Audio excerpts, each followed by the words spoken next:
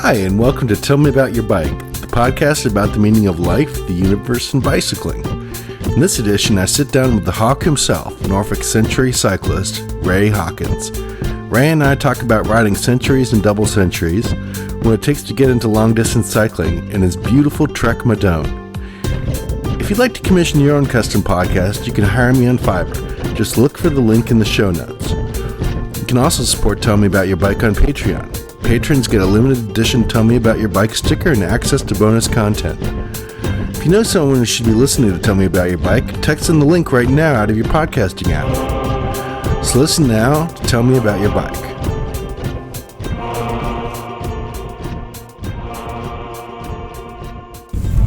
Ray, welcome to my podcast called Tell Me About Your Bike. So tell me a little bit about yourself. What's your name and how long you been riding? My name is actually Ray Hawkins. I've been riding bikes ever since I was a kid.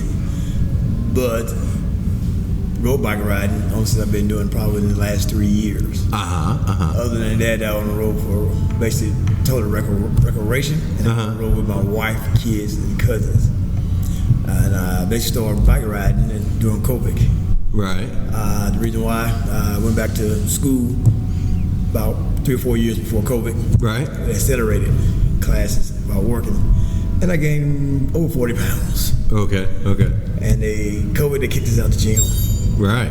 And my daughter went to college, so I told my wife, I said, hey, we can play more golf on the weekends now. I can just be you and me. Yeah. And then she said, no. She said we can continue to bike ride. So I was riding the bike I have for over 30 years, a swim bike, flat bar. Mm-hmm. And basically, I've been making noises probably for the last 3 years till my wife had to come and pick me up in Chesapeake. I had the crank in my hand. Then I had to find a classic bike shop because I wanted the same kind of cranks and stuff to go on a bike. Right. But I found one in Portsmouth. So then I was looking around the ECB and I saw all these new bikes and it was so light. East Coast bicycles. Yep, East Coast bike. And it was so light. And my wife didn't want to golf and bike ride, so I said, hey, we need to upgrade our bikes. Our bikes were built in the 1900s. I want a bike built in the 2000s. Right. It was 1994 when our bikes was kind of top of the line. Right. But it's barbaric compared to the bikes today. So she said, don't tell her how much they cost. And I said, okay. Because I seen people go East Coast and see the price of the bike and do a U-turn fast. Right. But like I said, I went in there because I like basically doing certain things. I like doing physical stuff. Yeah. My background is I'm actually retired Army. Right, okay. I did 20 years in the military.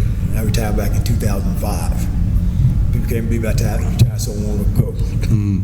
But yeah, 2005. And like I said, I needed a job change and for DOD. But I needed to get some things on my resume. Very sparing, very knowledgeable. Right. Kind of very, very smart, do certain things. But as you go along, they look for certain kind of things because the competition get there great. Right. So when my son graduated high school, I guess he couldn't use my 9/11 bill, GI bill, because I retired before they even wrote the bill. Right. And so they grandfather. That's good. I did opportunity of going back. So when I went and saw ECPI, the accelerator program. Right. And I said, shoot, I need that because I don't have time to go forever. Yeah. They said 2.5. Of course, when I went there, they made me. I went there with -3 credits. Right. That's because they got to make me take a mouth class, but it was worth no credits. Okay. But I got to pass. So basically, that's a -3. Right. And I went there, accelerated, high speed stuff, and actually, long story short, I graduated sumo karate. Okay. Back when I was in school, I was a gifted in talent, and I could do some things. Remember, today I can still remember I was 2 years old when I was wearing diapers. So all of that basically gave me about a good 5 weeks of my brain swelling like a muscle. Right. I've been exercising away. It went clockwork. All my grades was an A except one. Okay. All right. Yeah, and that was a B only because it was a computer programming part. Okay. Because of IT management. And the only reason it was a B is if you take a step outside the class and complete it, it's -10. Some professors let you do it, some didn't. There's one particular one when I was 6 months from graduating. He did not grade it to the end of the terms, all the papers. So he gave me -10. And with the computer programming part, they make it so you can't get it from the internet. But I'm kind of compulsive about being correct. Right. So now I hate, but I just can't run from it. And so now I was taking it out because I said, well, I can't get this program to work. Okay. And that's kind of the reason why. Even though I did go and ask some people who I know were computer geeks. And they were like, why? You know you can do this and that. Yeah, but it wants to do it this way, a certain way. And so when we graded it, I ended up getting an 88, which would have been a 98, which I was kind of furious because I had basically all A's there. Yeah, the 1B. And yeah, 1B, which is graduated like that, 3.94. And then, like I said, where I was working, it would do good, but it wouldn't really help me in sale because of where I was at the time in DOD. Right. So I went back and got my master's. Okay. And didn't have time to basic practice, but of course I got 4.0 in that. And then, like I said, they helped me. And, I hadn't started road bike riding yet, but when I finished, I was over 250 pounds. Right. I didn't think I was. I didn't feel that way because I'm still me. Right. Before then, when I was in the Army, I should run 10 miles in 83 minutes. Right. So there's always a certain level of fitness I always basically just maintain. Right. Because I like sports, and I like to have a stronger body. Right. And so that's when I went to the gym, till they kicked us out of the gym because of COVID. Because actually January 21st, when I graduated, when I finished the master's, spent the education part, trying to get back to the gym, which I was going about 6 days a week. Right. But then when the biking came, and then I saw this on the internet, Facebook, these bike pages, and I ride with people. But a lot of ones I was riding with, I would basically outride them. Oh, okay. By a lot. And sometimes they think I'm riding an electric bike. I was big and had a certain mentality and fitness because I was doing CrossFit 4 or 5 times a week, even before I went back to school. And so, and like I said, I do certain things, and they talk about the way I ride, and of course some will get mad because you ride too fast. Right. And then one of the East Coast, they said they have bike groups ride bike groups. With my schedule, I never see a bike group ride here, and I've been here when I came from Korea in 2002. I never seen nobody ride bikes, ever. Because my schedule didn't line up. Because I used to work out and do stuff all the time, but once my kids got to a certain age, I became like their coach with those MWR programs. So I tell people 25 years, my life was busy with my kids. I would coach them or take them to them, which I had 2 kids. Right. And, if they got older, when my daughter got in gymnastics early when she was youngest, they really took your time up. Yeah. Because you did basically all day. And I never missed one of her events except maybe cheerleading one. Only when I was in school, I missed one because on that particular day, because my son had a baseball game or whatever, when the game was over, I'm there. One time she had one in D.C. I wasn't trying to be there. Go help, but my wife got her and said, "Hey, Dad, you coming?" Because she had made it one of her teams. Right. Tide Water Gymnastics. And she won the first one that won an all-star championship. But then when they opened it, and matter of fact, that championship they had up there in Stafford. Right. And so this game was that day, but they had to go the day prior. So okay, the one that she told me, I couldn't tell you the daughter, no, I ain't coming. I just said, okay, I'll be there. And like I said, she gets sales. She was the champion. No. Obviously, I'm kind of glad. You're glad you went there and saw it. But like I said, she was district court. She did plays. I never went home and sat down because even when he got in high school, I was thinking on Friday he didn't come on to work and sit down and work call. Yeah, she's singing. She's in district chorus. So they did things that had to be places. Right. And when I did golf very well because most of them outside practicing golf with these training aids. Right. I drive to the range. The one where they got the Norfolk outlet used to be a city range there. Yeah. And somehow my son had practice somewhere near there. I'd always basically go there and hit some balls at the range. And, but like I said, once he graduated, then she graduated school. She ended up playing basketball because she got tall. Then she went to track. And track was, basically every weekend she went to BCU. Right. Her first track event was in Penn State. Oh no. We was in Penn State. I said, we were gonna be there. We drove from Penn State. I went to Penn State, drove all the way up to Rhode Island, twice. We even drove all the way to Boston, Massachusetts. Okay. Even all the way down to Tampa, Florida. But most of Tampa, Florida came after COVID because she had been a rookie of the year. You know, I was bike riding, because now I switched to bike riding. Right. And basically going there to the guys that came riding around the town. And like I said, when COVID happened, when they were doing it, you know, she ended up being, like I said, the cover rookie of the year. But then when they shut it down, then the group, I said, it's better. I think I can stay home and ride all the weekends. Right. And I can ride all the time. Then I got on the East Coast, and I was riding, and the thing is I'm real competitive. Right. A lot of stuff I did in my younger years kind of helped me in my older years. Even in CrossFit. Yeah, I got like 10 years younger say, wow, you're so strong. When I get to your age, I want to be doing the same thing you're doing. Now I look at them like, well, you're not doing it now. I didn't get this way. I didn't get this way at my age. I was 20 years old running 10 miles, working out, gym, doing basically everything, just basically staying fit. Yeah. And I know some more than like the way I said it, but it's kind of true. Yeah.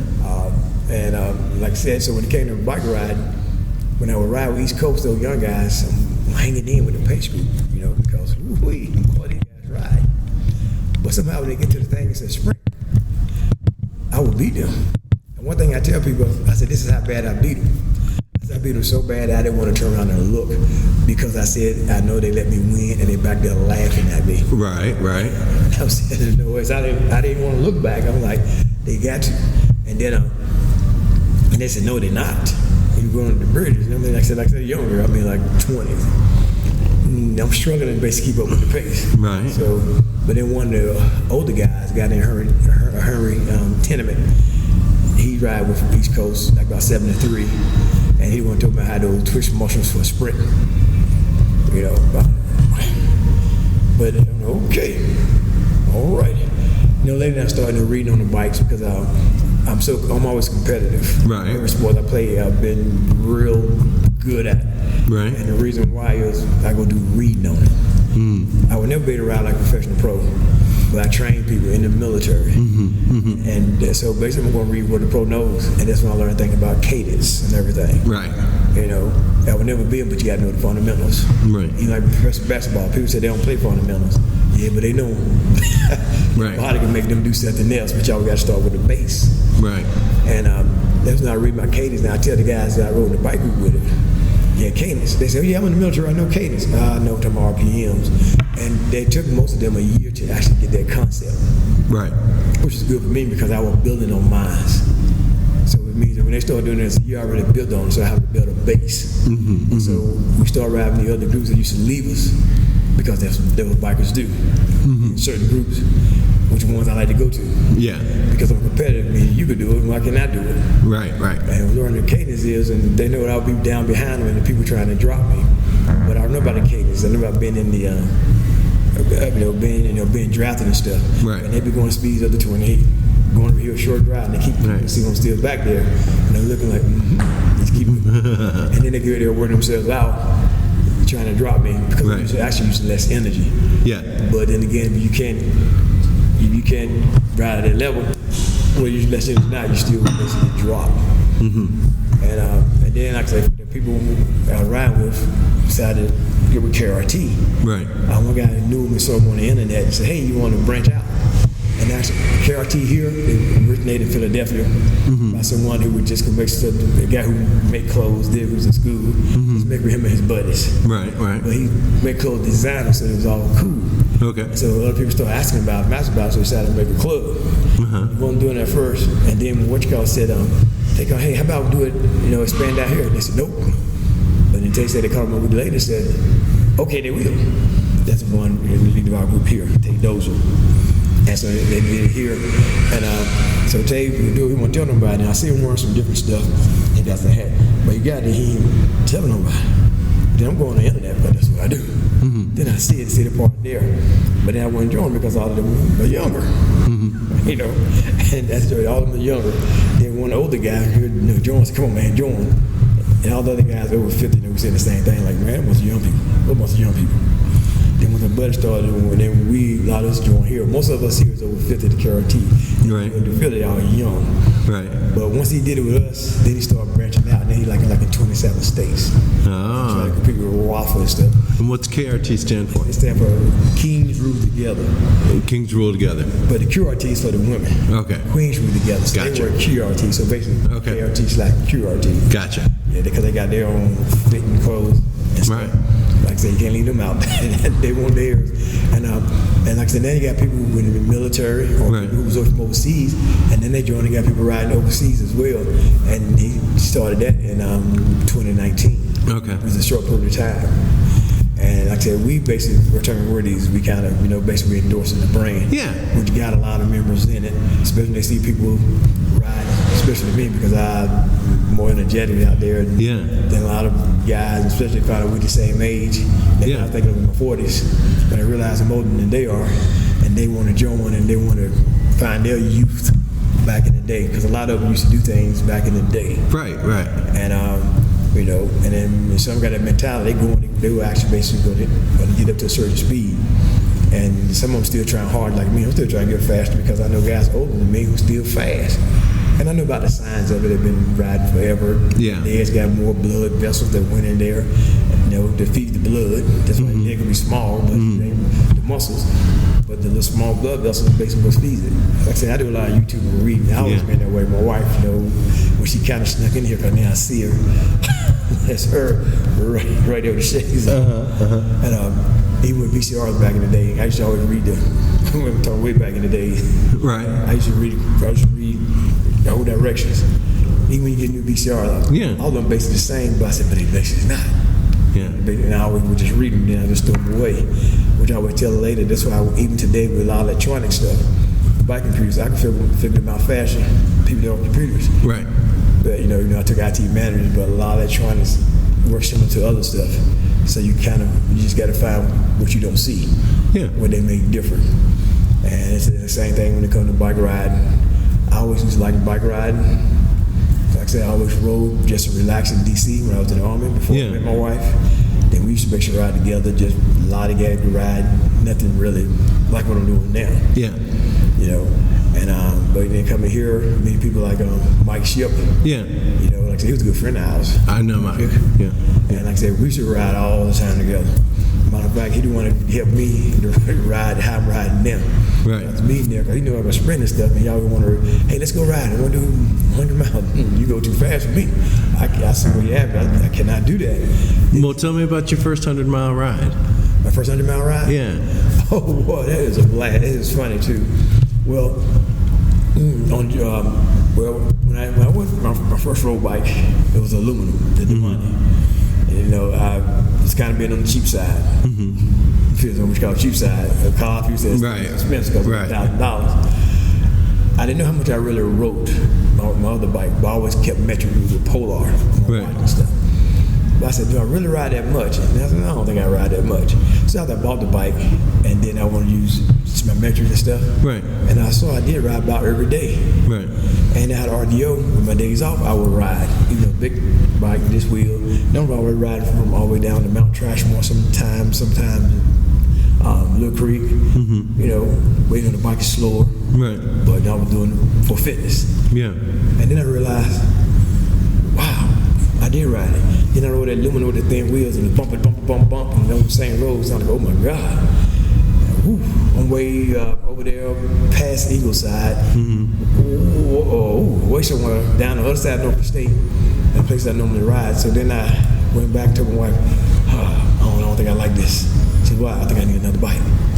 That went to YouTube, and it says, reading it, looking at it, well, I should have got the other bike, the one that cost 3 times as much just when I was out. Because I was an average rider. Right. And when I ride that, it wasn't enough.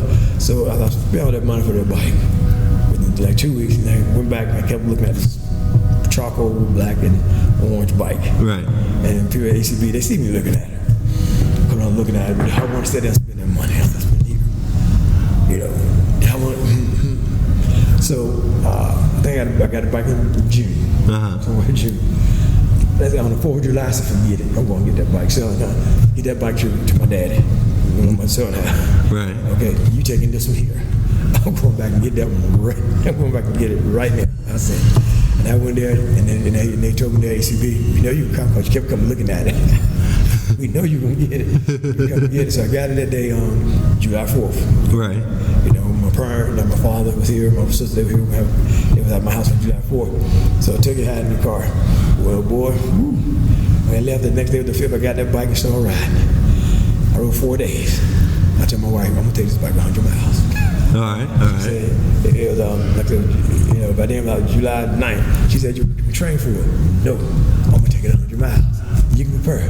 No, I'm going to take it 100 miles. Mm-hmm. The money, the endurance trek bike, and I said, what you going to do? Well, I found this Captain Trail, and I said, the Captain Trail. Yeah, I found that I've read it. And I said, go here and go there and come right back. I said, I'm going to take it down from work. Matter of fact, I want to do it my birthday, but now it might rain. I'm going to do it the day prior. Okay. And I took it and I rode it, and I said, I said, I always like to ride. I'm not doing the research what you should eat and drink and how you should whatever. Yeah. Going. I did it. And I rode it, and I actually did very well. Even when I got the speed I did, but my engine level. I saw some guys on the trail that I was out riding. One guy and his buddy. He dumped his buddy, and then I don't know, I'm probably down about 20 miles because I was past the 20-mile mark. Mm-hmm. And then he left his buddy and came to my, and they was going to the 40-mile mark where the car still was at. Mm-hmm. And he said, hey, hop on my wheel. I said, no, that's not happening. I said, I'm just keep doing what I'm doing because you go in there and stop. I had to go and still keep going all the way to Richmond, turn around and got to come all the way back. Right. So basically I stayed with mine. I went there and I saw Richmond. Wow, I was happy to go. I could see it. Yep. But then I was on the way back and I'm coming. Well, you know, your body kind of react. Yeah. And stuff. And then I'm riding, you know, got my stuff looking at everything. And then I'm getting around about the 75, 85 mark. I said, what? Let me see her kick it in just a little. Right. Yeah, it lasted about 3 miles. And that's when I had to stop and get off the bike. I had to shake it off. I said, well, not basically do that again. But I did learn something there. Well, I learned something that I used later, even to get my wife when she had to ride her first 100 miles. Yeah. I would tell people, I found out even you can ride crit racing, but you don't ride long distance and stuff. Yeah. Once you get around that a certain miles, 65 miles, your body doing something that it hadn't done before. Then you have rejection. Of course, I learned that in my army training too. Yeah. The way you train is how your body reacts when it goes through stress. Yeah. And it was there. And like I said, that's why I felt something, but I always worked out kind of hard, so I knew to tone it down and get back on. Yeah. And then I was going away till I got over that bridge at the park. Yeah. And then go down, then about 6 miles, then I had to pick it up again. Because at the end of my runs, when I was 10 miles, I can speed it up at the end. Right. It's a mental thing that I got. Right. Which I basically use. And so, like I said, I rode it, I was fine and everything. So I drove all the way home. I couldn't get out the car. And because I sat down for 45 minutes to get home. Right. And I went to open the door, my wife was filming. And I went to move my legs like normal. And I wasn't moving. I mean, it froze solid and it wouldn't move. And I remember one time when I ran the 10 mile, we went to a movie. I was on the 10 mile the same day. Right. And I'd be the last one to leave the movie because I couldn't stand up. Right. And then you had to walk out like Frankenstein. Yep. Well, to get to the house, I sat there and walk. She said, you can do it again. I said, you same? You know, and I did it solo. It took me probably about 7 hours and about 30 minutes. Okay. Which is mileage. I said, if I do it again, I'm going to see my mileage increase. But the second time I did it, I fell down. I both met a group of people, but they didn't show up at the Captain Trail. Right. And it's part between about 6 miles before you get to the courthouse. Right. And when you go off the road a little bit, by gazebo. Yeah. You hang right. I did so much raining. The rocks I slid on the road. Oh. So I really wasn't kind of thinking. I went there and nobody showed up, so I'm going to do 100 miles, I'm going to do it by myself. Right. And my wife, my daughter at BCU, and she happened to be down there, BCU, but she was coming back that way when I was riding. But when I saw a car was at a stop and waited for me, well, you know, inexperience. Yeah. I'm going to go there and just cut real fast. Like I'm on a road somewhere, you know, but my tires hit that gravel and when I went down, boom. Oh. Hard. Oh. I went hard, my head slammed, I could feel it, boom. But luckily you get a good helmet. Yeah. I feel like somebody just hit me with a pillow real hard. But the other repercussion was my elbow went into my side. I couldn't breathe. And like when you're a kid, when you get hit and you couldn't breathe. Yep. And the guy got in the car and said, you need any help? Well, let's say I couldn't. I said, I said, give me a minute. I moved so much. I said, give me a minute. Because I'm looking to see if my bike okay. Yeah. And brother could breathe. Is my bike okay? Go about a good 20 minutes. And there, but then also, look, I always worked out, so I got a strong shoulder. Right. Bones. And because most people I know who did that same fall, they had no broken bones or collateral. Right. I didn't, mine didn't because my shoulder strong. Got blood going all down here. Mm-hmm. My wife was calling when I was sitting there recovering, but she could tell by my voice I was in distress. Mm-hmm. I'm like, hello, but I'm trying to talk, like I'm not, but there's no way around it. What's wrong? What? Nothing. Kind of real. And they happen to be on Route 5 coming that way. Right. So I told her to meet me at the courthouse, 6 miles away. So when I'm riding up there, she saw me, saw the blood coming down here. She said, put the bike in the car. But we've been together over 33 years. Right. Then she about 30 anniversary. I looked at her and I said, you know that's not happening. I got 20 miles, now I got 20 miles to go to defend this 100. I'm gonna defend this 100. I got an IV. My daughter took a picture of her wiping it down. I got an IV, that's all I needed. And I got on the bike, I could hardly hold here because, here, let's say I heard something else. Yeah. I didn't know what it was, but but when I got it to kicked in, then I was going again and she met me down there. Like I said, Monday, I went to the doctor. They put my chest contusion here and the back, and he said, he gave us a bike and said it's going to get worse. Well, actually it did. Any kind of normal breathing that you don't ever notice. Yeah. Because sometimes you breathe back in like that. Yeah. But you never feel it, so you never notice. If I do that, a pain would come here in my back real bad. Oh. Every time I back up, so small, you never notice. Right. I would notice all of that, and it would be so painful that by the second week, if I could feel I had to do it, I had to flex, and that would hold the pain off. Right. And the second week, I thought I'd never heal. Third week, started basically going away. Yeah. But I was riding 3 days after I fell, so hey, I upset my father if I fall to the right side. Yeah. Because I was doing road dog riding.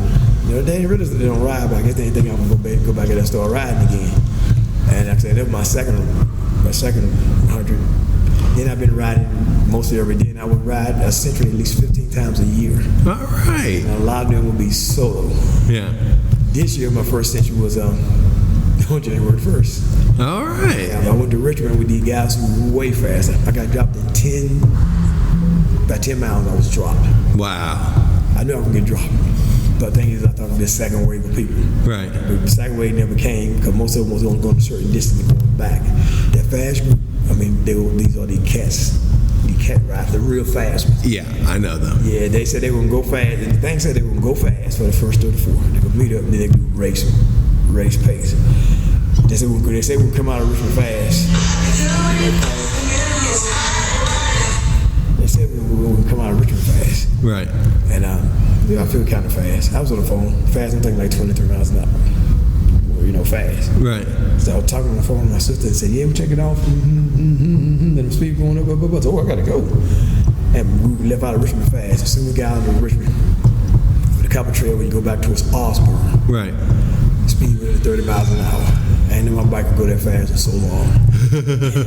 And when you're going uphill. Good for you. Yeah, we're going uphill. We're going 28 miles an hour. And if I would stay more in the draft, I would have. But at that speed, I don't know these people. And then you have people who couldn't hang, falling back, creating gaps, and you try to fill the gap going 30 miles an hour. And I was surprised I lasted 10 miles. One of my buddies, he was heavier, but he heels on. He's about 2 years older than me. He played professional football. Right. He made a practice squad in the States, but County, he actually played Delaware State alumni. Uh-huh. And he started riding because he got over 300 pounds, and he basically started riding. Now he looked up more like he's giving them. They'll still give you touchdowns now. Right. And after he fell way back there, and another guy, small like 40, he would get up in there. He stayed with him. The rock caught him to the halfway point. But my goal today was they were out like 7 about 4 miles. Right. And I told him, I'm going to do a century before I come home. And Rob said he would probably do it with us. Well, Tay stayed with the group. He told me later after they did the halfway, when they went to race pace, Right. he really thought they couldn't go no fast. He said, man, after 4 miles, he said, yeah, let them go. Because they was a real strong rider. That's Right. I would go because I just like the challenge. I want to see where I'm at. Yeah. I said, next year I'm planning on going farther. Yeah. And Rob, we got a halfway mark, and let's rock. We still can do the century, right? And he's like, I said, okay. Small group, it was riding. They noticed I disappeared. Well, I'm going to get that 100. Right. 100 years, I had to get off and head all the way back to Jamestown. We didn't go to Jamestown courthouse, but head back there about a couple miles away because I need the distance to get back. Mm-hmm. And that day, the highest both got at least about 38. Wow. It's supposed to, and it rained. Oh. And basically, when they called me, when they called me there, and he was leaving. I was somewhere near that Dairy Queen place. Yeah. And there, he said, yeah, I'm here. And I said, I'm going to get my miles. And I was doing pretty good until I had a flat. Oh. Where I had a flat on about 85. And it was, what I'm wearing now, I would just a little bit more. Right. Even though it was in the 30s. Because when I'm riding, I generate so much heat. Yeah. Okay. Makes sense. But when I had that flat, and it was cold, I could barely take I could take the time in 10 minutes. Right. Max, ready to go. Well, it took me about 38 minutes. I couldn't take the time. My hand was cold. Because once I stopped and at that speed, the tire took me forever to get it off. Oh. It took me forever. I mean, the tire was cold too. Yeah. And sometimes it's hard to get off than others. Yeah. I had those tires, but people say they're kind of harder than Pirellis in order to get off. So when it's cold, it's even worse. And then I found something this long stuck in the tire, feeling for it. Right. And my hand was so cold, I couldn't get it out. Oh. So I had to go old school. I sat there and used my teeth, and the tire took it off. And I did it. I mean, I was shaking. But military experience running the cold. Yeah. I'm still get him out. Okay. But I am actually shaking. You can't stop me shaking. Right. And I couldn't get the tire to that last pop. Right. Cold, my hand cold, and there was a runner came. I said, "Can you do this for me?" And he like, and then I got on that time. I was actually doing this. Right. But I didn't care. I'm still gonna ride it. And I said, my cell phone basically about to go out because it's basically been all day. Right. And like the sun will start going down, and because of wintertime, you go down early. Right. About 4 o'clock. Right. So the temperature is below freezing. Right. So when I got on the bike and started riding, I want to ride fast, build the heat back up. But then it's so cold, I said, ooh, shoot. Now I'm actually, I can't stop doing it because of the cold. Right. But I was close enough that when I got in Richmond inside that wall on the other side, the temperature rose because of the buildup in the heat. Yeah. You can feel the temperature. I mean, not that high, but it got high to 31. And then I was able to go, and you know what, I said, let me go to my car. I went to my car, and I charged my battery back up. And I said, I need about 10 more miles. Because when I was there, because when I figured I'd be like close to the crossing where, by the time I need 10 more miles, you know what? I said I could take it and go home and get my 10 miles. Right. They said, nah. I got back on the bike, and I said I just ride close around the car. But once I started riding, my body really went back up again. I'm about 5 miles away. And the reason I didn't want to be too far from the car because I used my tube. Which I ain't got no tube. Right. But once I was riding all the way past BCU, and we was parked on Curry Street where the bike shop was at. Yeah. And I'm way down there, back there, way down there by the Kroger's. And I actually completed it. It took my body about 4 days to get my temperature back right. Oh. Because it would be cold. So my body wouldn't generate heat. Right. The thing when people get hypothermia or sometimes on the other day when they stay in the sauna too long, the body had that digestion itself to start heating or cooling a particular spot. Right. But when people say, we do it again, I said, I hate to say it, but I got my 100 miles in. And like I said, that was the first day of the year, and I already rode 5 or more centuries. Right. I would say 5 or more. Whatever I say, but once I start counting, I always basically did more. Right. And I go to ride, and this year I did 125 miles. Right. And I did it, and I was like kind of sick and dehydrated that morning. Right. Wind was blowing. I rode to a group at Deep Creek. Right. And luckily we weren't going that fast. Even though I rode down there. Right. And then I rode with them. And then I said, I'm going to get these miles today. My wife went to visit my daughter.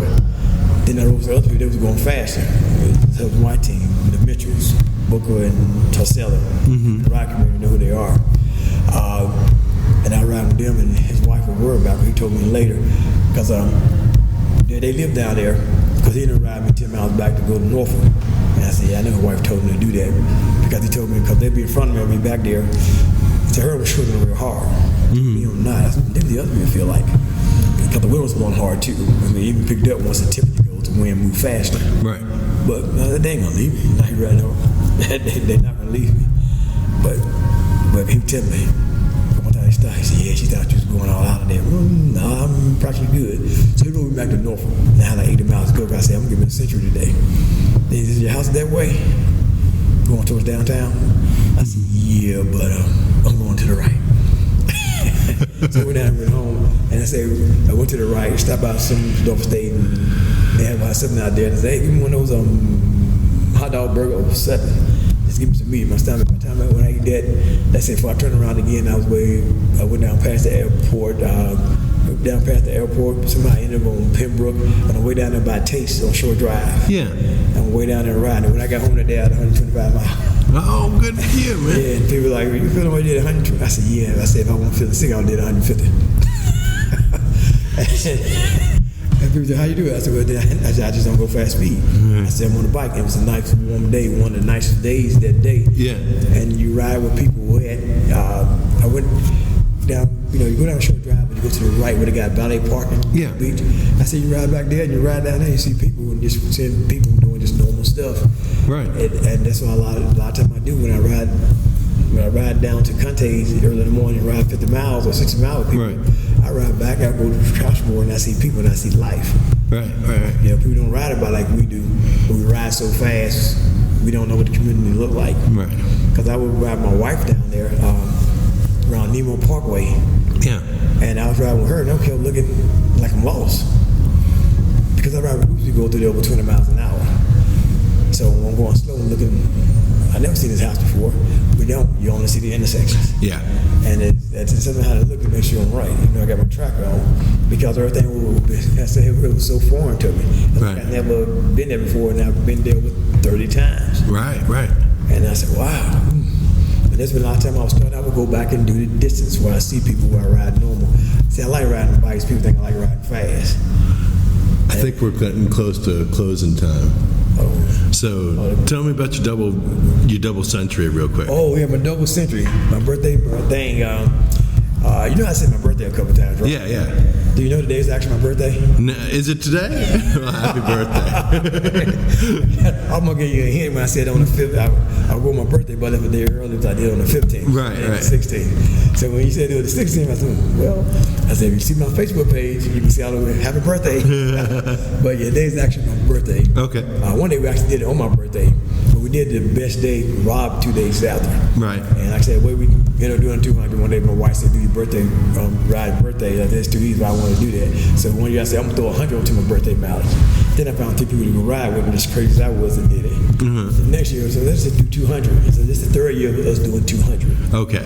And so me, it just makes it 200. I could go farther, but still 200, because then we're going and more people will actually come, even different groups. Right. I put out so many people that you find people, hey, I heard about it and I came. It was great. It was hot. And people say, you know hot? Yeah. I said I should work on the farm as a young boy. I was in the Army. I was stationed in the desert for a year in Saudi Arabia, where it's 120 degrees in the shade. Right. And I said, yeah, it's hot. I got my water to drink. I got a hat on my head, which is a helmet. Right. And I said, I'm basically good to go.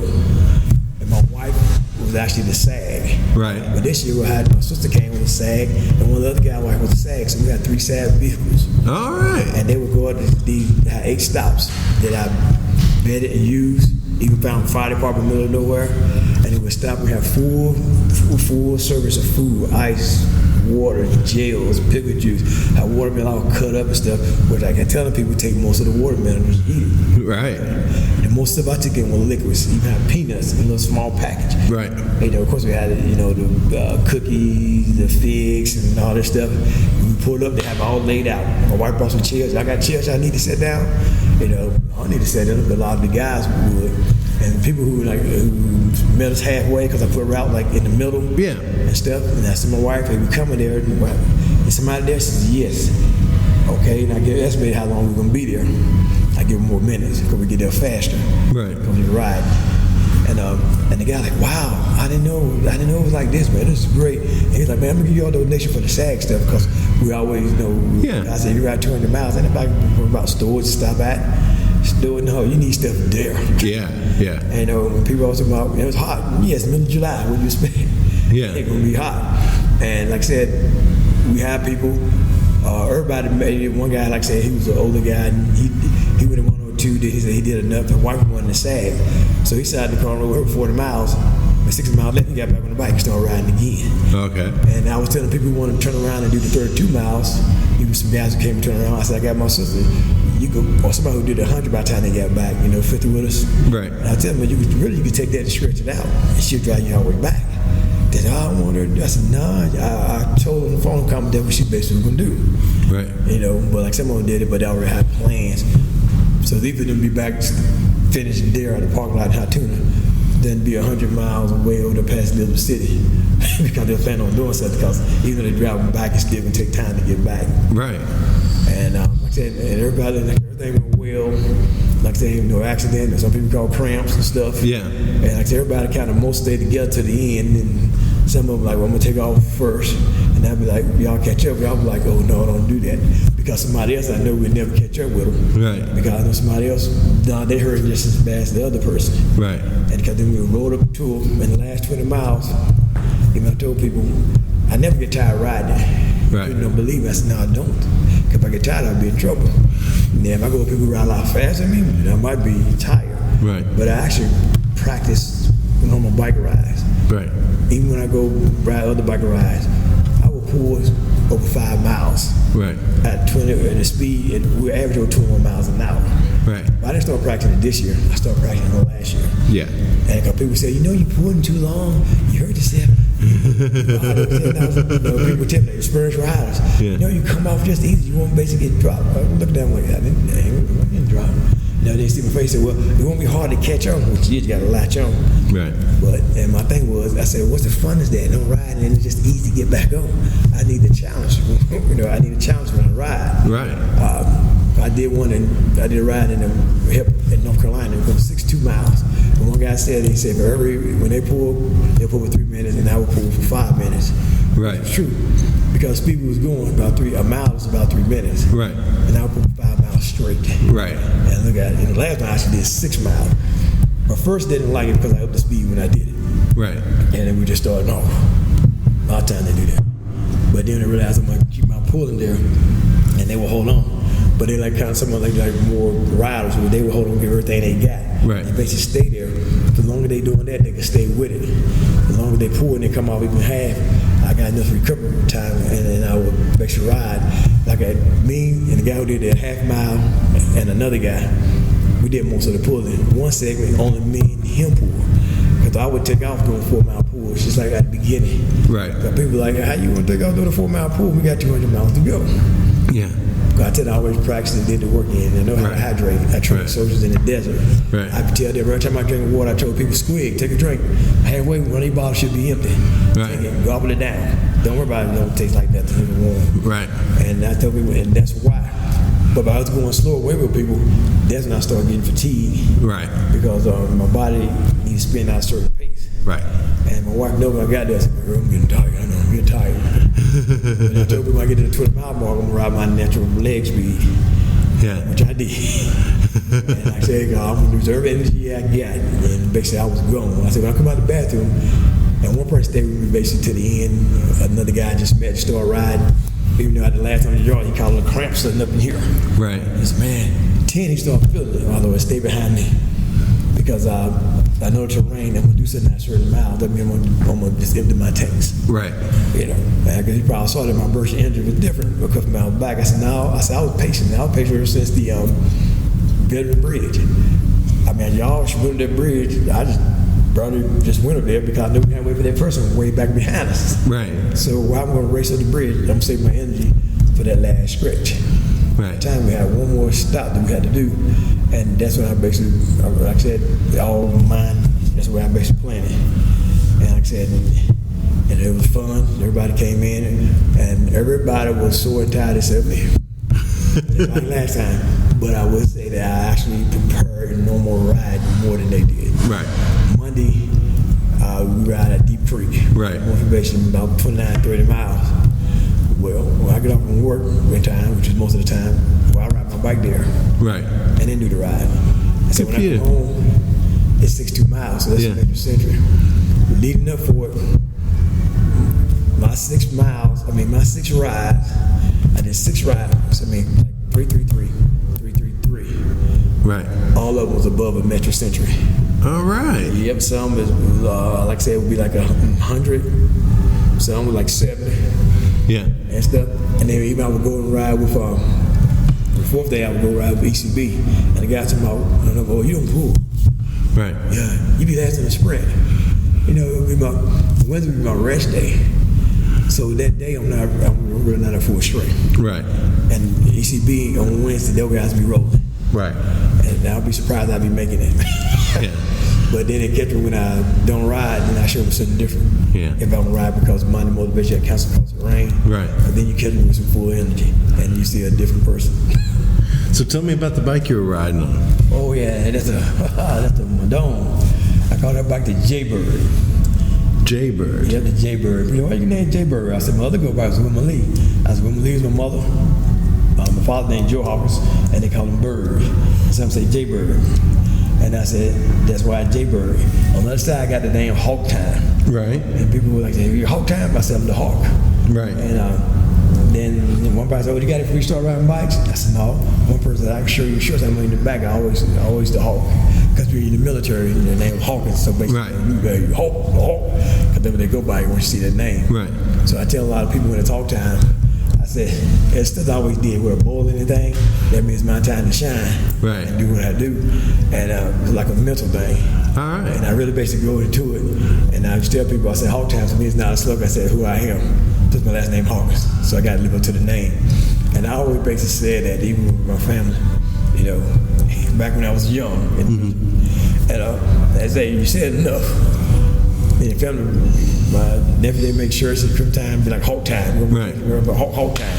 And so funny, when my sister came, people were like, hey, this is my sister. She wore the shirt. Hawk Time, 1945. And they said, looking at the guy like, man, y'all see, look at her back of the shirt. And my thing is always, what time is it? Right, right. It was Hawk Time, what am I saying? And the back of the shirt was like, what time is it? They were looking, they were laughing. And they were like, yeah, I said, we Hawkins. They said, wow, y'all film us. Yeah. So they like that guy from riding bikes. I used to play basketball in Germany. Right. And came to the States back in the 1989s. And way back in the day when people really put their names up back in their clothes. Right. And in Germany, you had stuff made, and I used to go to games, and like my thing, the Hulk.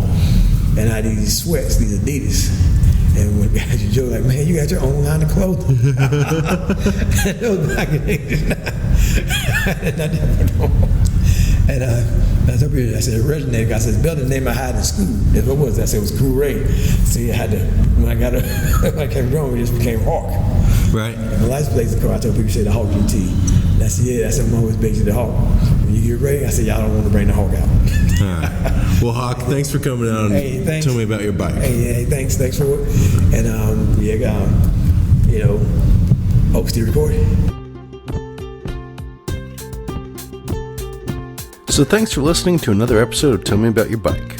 Please subscribe to Tell Me About Your Bike on your preferred podcasting platform and share the show with a friend.